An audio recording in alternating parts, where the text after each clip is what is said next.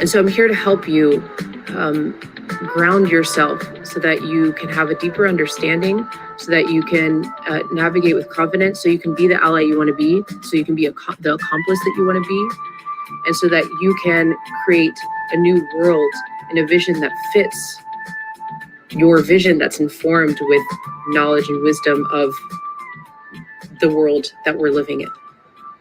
So today we're going to start with some basics. We're going to start with some vocab words, right? Some vocabulary and some concepts. And as I give you this vocabulary and concept, my intention is for you to go further than what I'm giving you.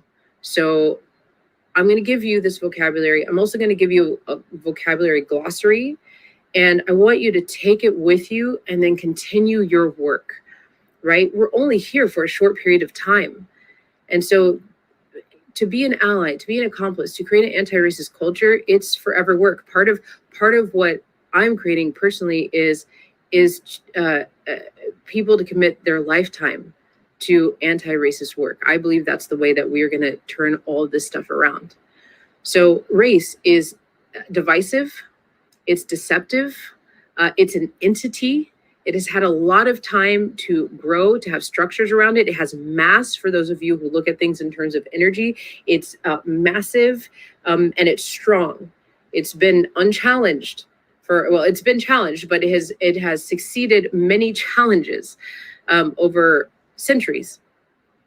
And the more you understand some of the concepts I'm going to give you and some of the history I'm going to give you, then you will be able to understand when you hear people saying that's racist, or that's white supremacism, or I don't support this because of what they're saying and what they stand for. Even if they sound really good, they're not really supporting Black lives.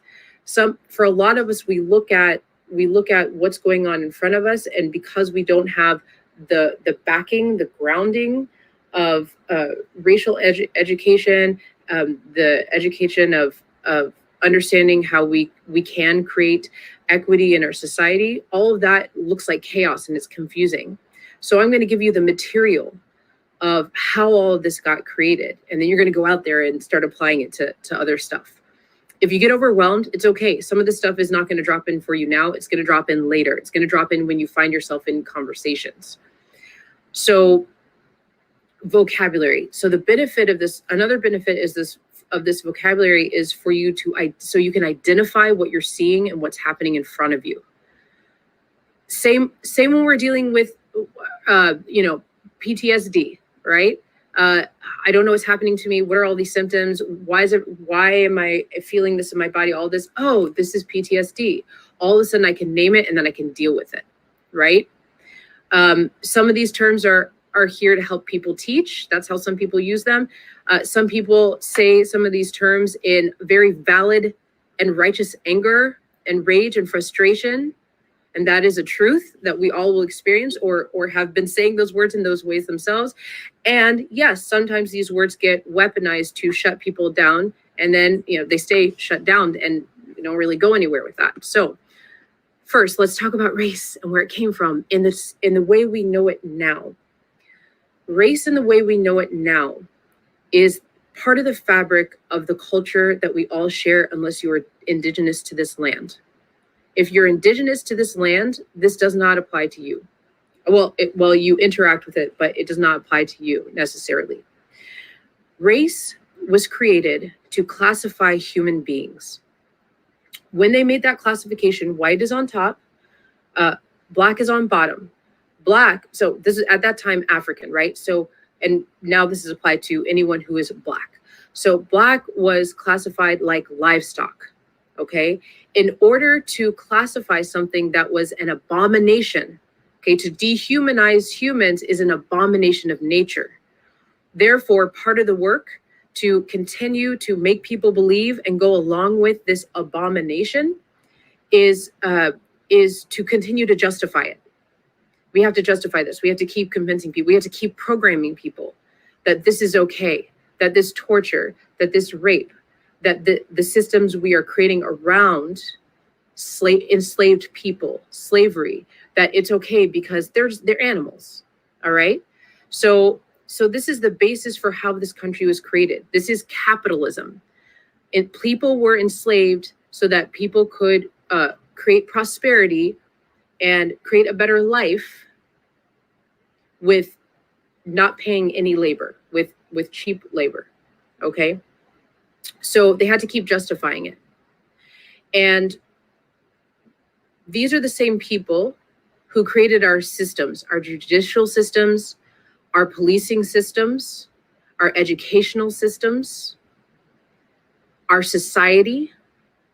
And how they backed it up was they had people in power and they had scientists create all sorts of propaganda and books.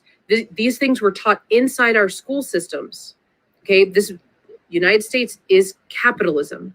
This is the culture I'm talking about that we all share, unless you're indigenous to this land. Capitalism is it's United States culture. Okay, so they put it in our school books. They had scientists and people in power talking about how the Black race is not as smart. They don't need as much food, or they don't feel pain. Okay, this is still something that carries through to how Black people get treated in hospitals. This is an example of how that through line in our culture, how it didn't just go away because we ended slavery. These things didn't just go away because we have a Black president. These are things that are very real now and today. This system, this racism, this entity is strong, and it's within everything we interact with in our society. So people in power are now educating their groups and their communities and society that Black people are not really human, and that's how we can treat them this way, and this is how we create prosperity, and you're going to have to be okay with this. We had scientists creating books and scientific records that Black people are not as smart. You will see, I want to call them memes, but they're not. That's so 2020. They're not memes. They're the charts you've seen where it shows like the white man and the Black man, and then how they get darker and how there's not as much the brains get smaller, right? This was the science that people believed. It was real. It was taught in school systems. This is where racism came from. This is also where white supremacy or white supremacism came from. White is on top, is the smartest, is the supreme being. This is the culture of our country. Everybody get that? You dig? You're with me on the material of what we're dealing with? Okay. Also, do you dig? Do you understand that this doesn't go away because we had a Black president or that the Confederates didn't win? You understand why it's still here. It had momentum. It had density. There was structure supporting it. It's the grounding of our nation. Yeah? Okay. So now that we understand this material that we're dealing with, and now that we also understand that it's an abomination of nature, I don't have to explain why this is an abomination of nature, right? No. Nature, okay, so I'll just say this real quick. We all are human beings that are worthy of this life, that are worthy to create our own prosperity. We have, every human being has a right to be here and to have their go at this spiritual experience of being human. To the very idea that a human being is not human, and then using that to justify the destruction of their life psychologically, physically, to take away their free will, is an abomination. Yeah, that's what I mean when I say abomination. Okay. So, racism. I'm just going to read this definition quickly. Racism is different from racial prejudice, hatred, or discrimination. Racism involves one group having power to carry out systematic discrimination through institutional policies and practices of the society, and by shaping the cultural beliefs and values that support those racist policies and practices. So That can be applied to a lot of things we experience now. Now that you understand the history, maybe you understand the weight and why it is such a battlefield. This is something that is not easy to stop, right? Are there any questions about this so far? It's weird because I'm not interacting with you. Like, I can't hear your voices. So are there any questions up to this point that I can just quickly go over? I'm hearing no. Okay, I feel like I'm being clear. All right. All right, the virtual space. The virtual space is always a little strange for me. Okay, so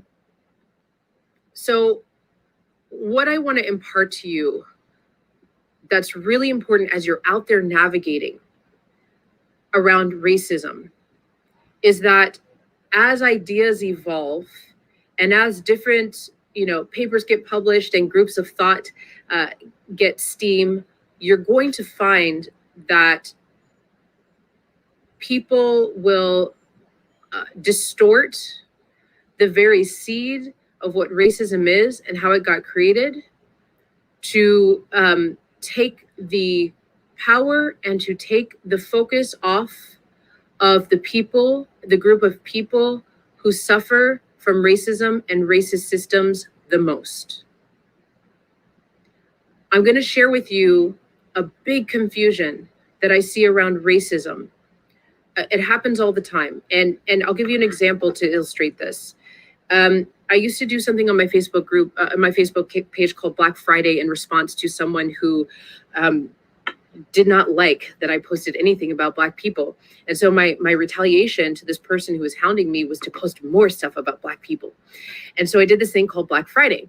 And I would just post history and I'd post conversations and facilitate conversations and just really put it out there so that people could see, the things that they did not know that were not taught in our schools.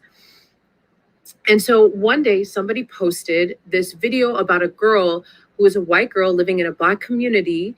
And she was like the only one, very small percentage of people. And she was, and the whole thing was about how this is racism. These kids tease her for being white.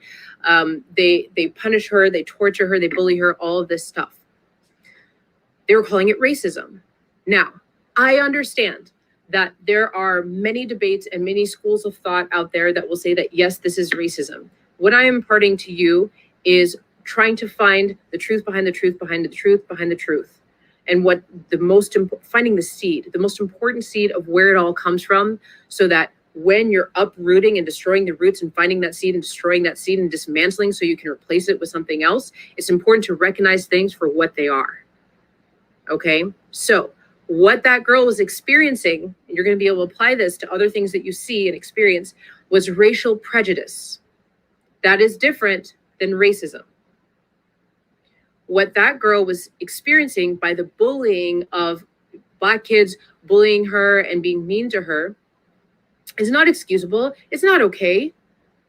I don't condone that. But it's racial prejudice as opposed to racism, in which whole systems on which our entire society operates on, which is the basis for our connected culture through and through, which is capitalism, is based on white people being on top and Black people being on bottom, not as human beings. Do you understand the difference? Yeah?